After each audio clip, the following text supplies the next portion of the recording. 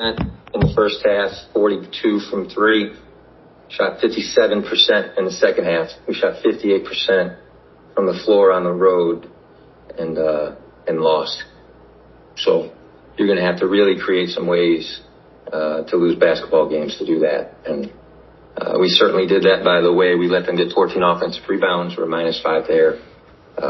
We did it by just an inability to be tough enough to make a couple free throws when it counts.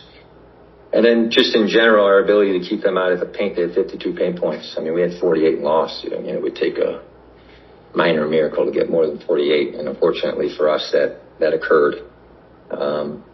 Fast breaks were, I mean, it wasn't really swung one way or another despite our turnovers. I just think we're down 4 and there's 2 rebounds in a row. We just don't even get them. So at the end of the day, you got to be tough enough to win a game on the road.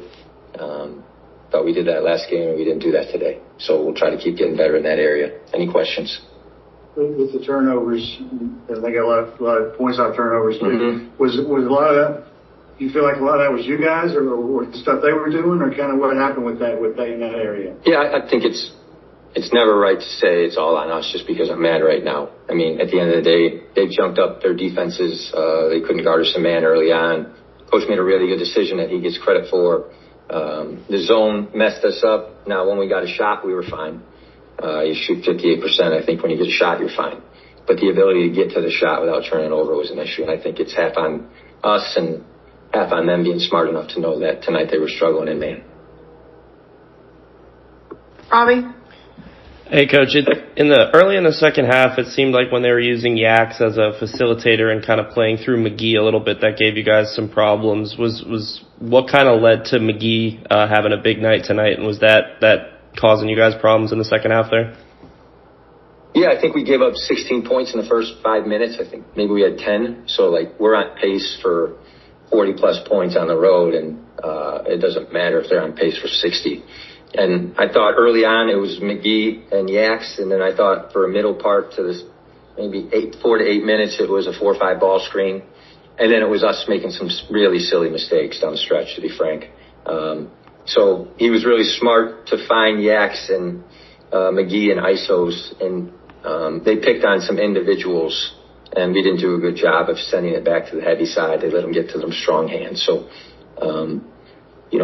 Coach Todd Abernathy played for Coach Kennedy. He was second team all SEC. They had a great year together. He also coached with him. So as far as knowing the sets, I think Coach TA did an amazing job. But if you can't keep a really good player, and Jakus was preseason player of the year, from getting to his strong hand, it doesn't matter what the scout says. You're going to have to get him after the set to do the thing that's opposite, that's comfortable for them. And offensively, those two are incredibly comfortable. And that's a credit to not just their talent, but the way Coach put them in a positive situation. And with the free throws and turnovers, is there anything you look to do over the final game to try to kind of nip those issues in the bud? Or is it just kind of... We had crushed the free throw thing after having that one bad game, and we shot hundreds upon hundreds. We continue to do the same drills. I don't know if it's something about the backdrop of a Memphis or the backdrop of these gyms. They're a little bit bigger gyms. It's different than the smaller ones or the lighting. I don't know if an NBA / deep backdrop arena is affecting our guys with their free throws. But we can't make the LE bigger, but we're going to keep shooting hundreds at a time. And I think we can make them. We're practicing them. I'm not going to harp on the kids for that because they're not sitting there trying to miss. Some of the defensive things we can harp on. For that, we're just going to keep getting our reps. Emily?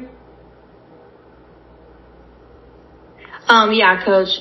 What are you telling your players going into the last home game of the season before conference play?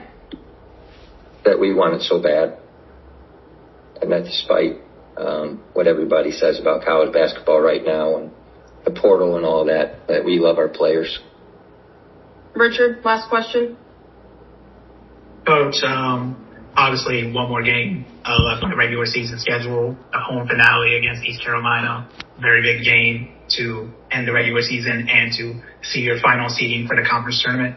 How important will it be to, whatever issues happen tonight, to correct them as much as possible and be ready for against the Pirates on Sunday afternoon? Yeah, the senior night matters.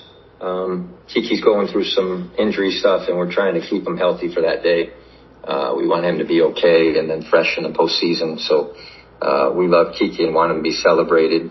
Trey Carroll played on the Final Four team at FAU, and I think we would love to honor the fact that when everybody else left, he didn't.